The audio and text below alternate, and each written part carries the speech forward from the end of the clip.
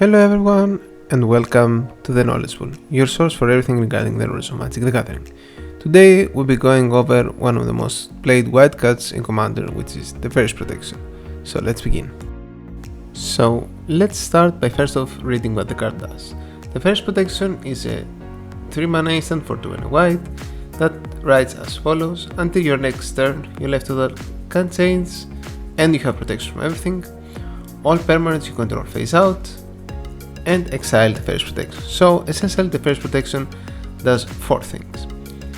First things first, your life total can't change. That means that you cannot gain life in any way, you cannot lose life in any way, you cannot pay life if you were asked to pay life or something, and also your life total cannot be set to any amount. So if an effect would say set your life total to that, or if a change in life total would cause you to go to a certain amount, that will do nothing. Next, the protection from everything on a player differs a little bit from protection on a creature or another permanent. Essentially what protection from everything means in the first protection case is that the player has the protection from everything cannot be enchanted by any auras. Also any auras that will be enchanted before the first protection was played will fall off. Also, that player cannot be targeted by any spells or abilities that target, and all the damage that will be dealt to that player is prevented. The third part does is that all your permanents you control phase out. I have already covered phasing in a video which you can check right here, but basically what it means is that all your permanents are treated as though they not exist, they don't leave play and come back, they just don't exist until your next turn, when they would phase back in normally and your untap step. So that means that you don't actually have access to any effects you would have on the field, but they are also safe and cannot be touched by anything pretty much. And the fourth part, which is the least relevant part, is that you exile it when it resolves.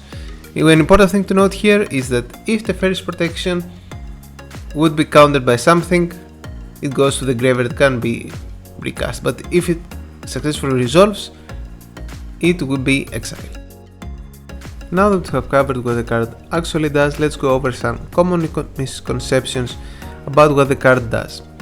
So, the card does not prevent you from losing the game or another player from winning the game, even though you gain a lot of protections and safe walls, you are not protected from losing the game. The card does not state something like this, which means that you can still lose the game from other effects, a door to nothingness for example, by decking out, so you could still be milled, because even though your stuff are phased out and you have protection, something that could cause you to mill cards still does. Also, if an effect would cause you to discard cards but it does not target, protection doesn't save you from that, so you still need to discard cards, and cards you can exile can also be fiddled with because they are not protected by the Teferi's Protection. Also, again, any effect that you have, like a smothering tile say on board, does not work while it's phased out.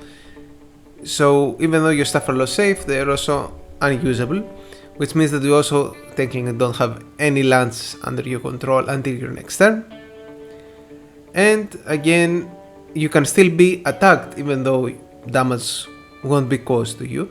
But if you're playing, let's say, a 3-player game and you phased out with the Teferi's Protection and some creatures are goaded, they are still obligated to attack you even though they would not cause you to be dealt damage.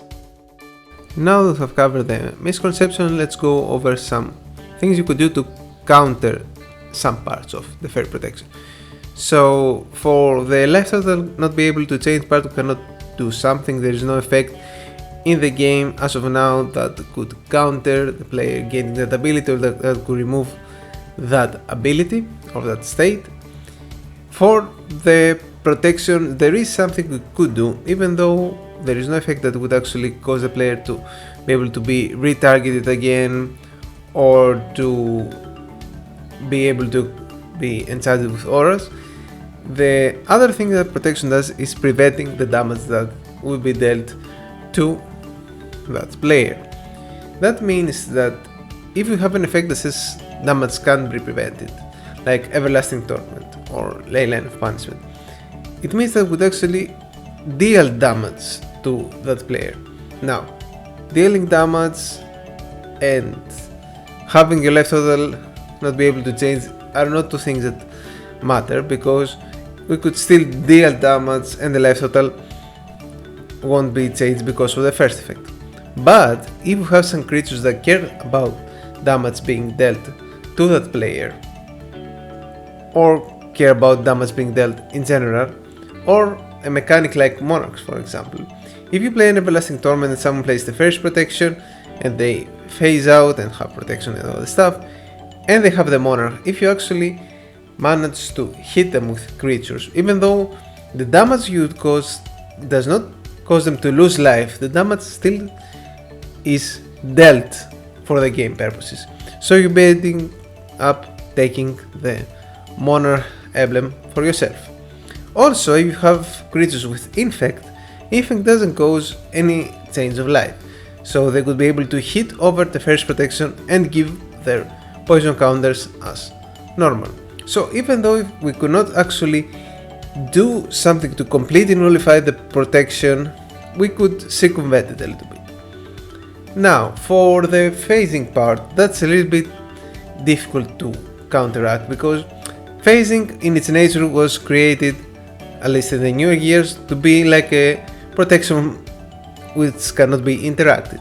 But if you cause the player to skip their untouched step, like with a stasis, then those permanents that were phased out will never phase back in until that effect leaves the board, because phasing happens during the untap step.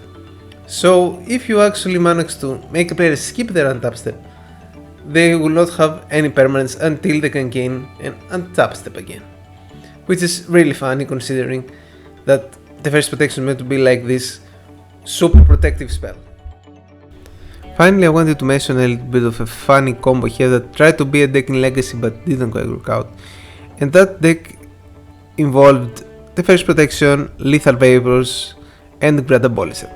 So what happened here is that the first protection phases you out until your next turn, but Lethal Vapors had an activate ability that said that for 0 any player may activate it, and you destroy the Lethal Vapors and you skip your next turn. Now, important thing to know here about Lethal Vapors is that you don't need to destroy the Vapors to skip your turn.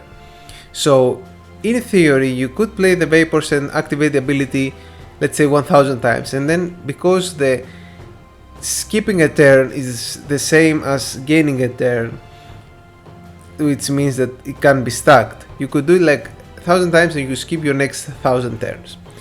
Now, because of the first protection, you will be fully protected or almost fully protected, and your opponent will essentially mill out unless they had another way to kill you. Why you needed Grad Abolisher for this combo though is that the opponent could also activate the ability, and then you will need to judge, because you'll be okay, activate, I activate, and the game state would be constant of a turn skippage. But with Grad Abolisher, your opponent cannot do pretty much anything during your turn, so you could activate the ability and stack it as many times as you want. Now of course, if your opponent has another way to kill you, like milling you or doing other stuff, then they won't lose. And also the thing you need to know here is that you need to play the Lethal Vapors as the last card, because otherwise you won't be able to have a chance to activate them without your opponent being able to activate it. So that's a funny interaction that you could even do in Commander, but in a 4-player game it won't be so good if you have to wait for all the other players to play that turn. So this was everything regarding the first protection and its correct usage and how to sort of circumvent it. You cannot actually completely counter it. Hope you learned something today from this video and you will use it in your Commander games. Thank you all very much for watching. See you in the next video.